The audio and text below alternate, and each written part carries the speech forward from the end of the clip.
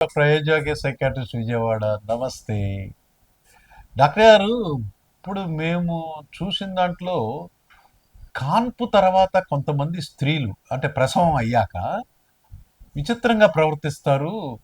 మాకు తెలిసిన బంధువుల్లో ఒక అమ్మాయి డెలివరీ తర్వాత తన బిడ్డను సరిగ్గా చూసుకోకపోవటం, పాలు ఇవ్వకపోవటం, బిడ్డ కేర్ తీసుకోకపోవటం, బిడ్డని ఆ, ఆఖరికి ఒకానొక రోజు ఎక్సైటెడ్గా బిడ్డను తీసుకొచ్చి గోడకి గుద్ది చంపేయబోయింది తన కన్న బిడ్డని.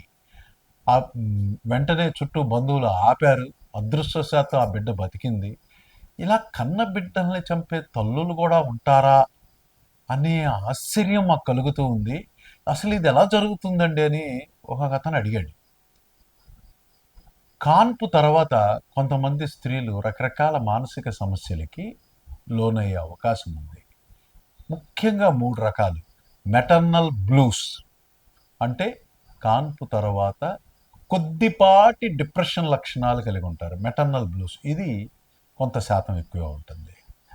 అలాగే పోస్ట్ పార్టమ్ డిప్రెషన్ అంటే బ్లూ అంటే లైట్గా డిప్రెషన్ ఉంటుంది, దీంట్లో సివియర్గా డిప్రెషన్ ఉంటుంది.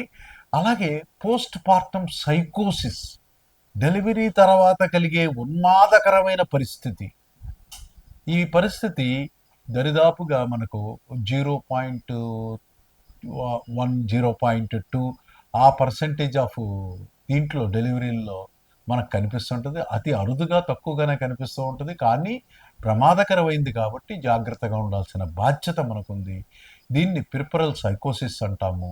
డెలివరీ తర్వాత ఈ ఆ, ఆ బిడ్డకు జన్మనిచ్చిన తల్లుల్లో ఈ జబ్బుకి అటాక్ అయిన వాళ్ళు విచిత్రంగా ప్రవర్తించటం, మౌనంగా ఉండిపోవటం, ఎటు ఎటో దిక్కులు చూడటం, స్టాడ్ లుక్స్ విచిత్రంగా చూడటం, మరి తమలో తాము గొనుక్కోవటం, నవ్వుకోవటం, భయపడటం, అనుమానించటం, నాకెవరో ఏదో చేస్తున్నారు, వెంటబడుతున్నారు, నన్ను చంపేస్తారు, అదిగో అక్కడి నుండి చూస్తున్నారు, ఇదిగో ఇక్కడ నుండి నాకు గాలి నుండి మాటలు వినిపిస్తున్నాయి, నన్ను బూతులు తిడుతున్నారు, బెదిరిస్తున్నారు. ఇలా భ్రమలకి భ్రాంతులకి లోనై విచిత్రంగా ప్రవర్తించిందే కాక ఈ బిడ్డ నా బిడ్డ కాదు, ఈ ఈ ఈ బిడ్డ మీద నుండి సైతాన్ నన్ను చంపడానికి చూస్తున్నాడు, ఈ బిడ్డను దూరం చేసేయాలి, లేకపోతే ఈ బిడ్డను చంపేయాలి, ఇలాంటి ఉన్మాదకరమైన పరిస్థితుల్లోకి వెళ్ళిన తల్లులను కూడా మనం చూడటం జరిగింది.